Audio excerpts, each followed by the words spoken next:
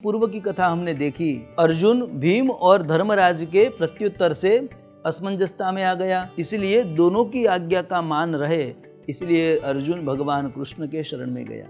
कृष्ण के शरण में जाकर भगवान को प्रार्थना की, प्रभु आप ही कुछ न्याय करिए। परमात्मा कृष्ण है, वो न्यायाधीश के भी न्यायाधीश है। इसलिए तो कहते हैं लोग कि एक गुना न माफ करे वो न्यायाधीश, और अनेक अपराधों को माफ करे वो है द्वारकाधीश। तो परमात्मा द्वारकाधीश अनेक गुनाहों को माफ करने वाले हैं। तो यहाँ पे न्याय करने के लिए अर्जुन ने उसे विनती की, तो परमात्मा ने न्याय करते हुए कहा कि हे अर्जुन, यदि तुम्हें न्याय करना है तो ऐसा कर, ब्राह्मण है उसका वध नहीं करना चाहिए, इसलिए उसे दंड दे, क्योंकि ब्राह्मण का दंड ही उसका वध के समान है। भगवान कृष्ण ने कहा है कि ब्राह्मण को वध करने के अनेक अपराध बताए गए हैं, जिसे अपराध को ब्राह्मण वध के समान बताया है। जैसे कि ब्राह्मण के शिखा का छेदन करना, वह ब्राह्मण का वध के समान है। ब्राह्मण को दिया हुआ दान वह वापिस ले लेना, वह भी एक ब्रह्म हत्या के समान है। ब्राह्मण की आजीविका को छीन लेना, यह भी एक ब्रह्म हत्या के समान है। और ब्राह्मण को अपमानित करके छोड़ देना, या ब्राह्मण जब घर पे आता है उसका अपमान करना, तो यह भी एक ब्रह्म हत्या का पाप है। तो इसलिए यह सब पाप एक समान है, जो उसके वध के समान है।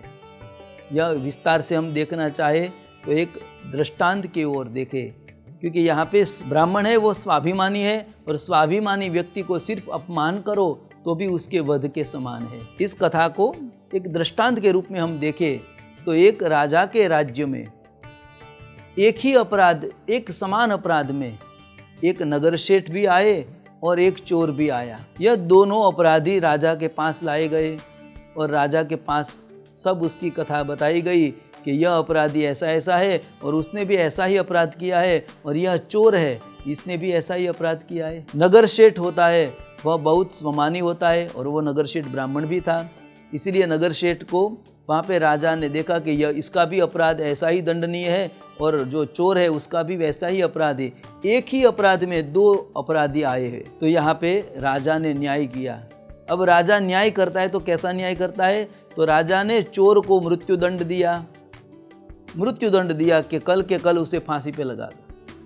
अब जो नगर शेठ था उसे राजा ने बहुत चिल्लाया और बहुत डांटा और अपमानित किया कि हे नगर शेठ, तुम इतने ब्राह्मण कुल में जन्मे हो, तुम्हारा ये कर्तव्य नहीं है, तुमने चांडाल जैसा कर्म किया है, और सभी सभासदों के बीच में उसे अपमानित करके छोड़ दिया। यहाँ पे नगर शेठ को छोड़ दिया और चोर को मृत्युदंड की सजा दी। इसलिए प्रधान आदि सभी जो मंत्रीगण थे उसमें राजा की निंदा होने लगी। संध्या के समय तक तो सब जगह पे राजा की कीर्ति को कलंक लग चुका था। सभी लोग राजा के न्याय का विरोध करने लगे। सभी जनमेदिनी कहते हैं कि राजा ने अन्याय किया, एक को मृत्युदंड दिया और दूसरे को थोड़ा सा डांट कर छोड़ दिया।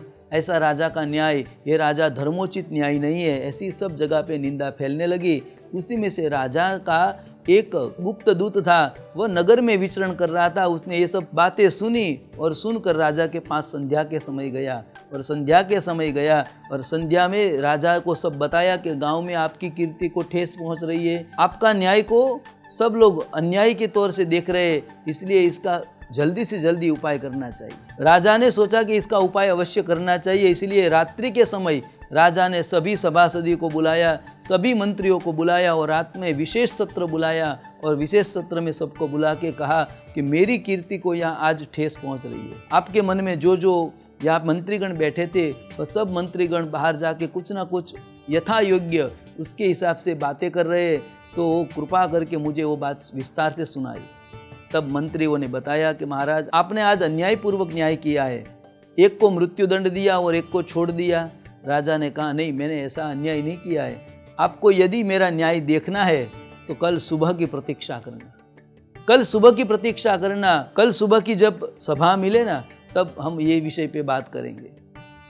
रात्रि के समय में ऐसा हुआ, रात्रि तो पसार हो चुकी, परंतु जब सुबह हुई तब राजा के आदेश अनुसार वह चोर को मृत्युदंड देने के लिए उसे फांसी लगाई गई, और थोड़े ही क्षण में सभा लगाई। सभा जब लगी थी उसी समय तब राजा ने आज्ञा दी कि मंत्री, कोई भी एक मंत्री जाकर नगर शेठ पे घर पे जाके आए, वहाँ की क्या स्थिति है वो मुझे सुनाए।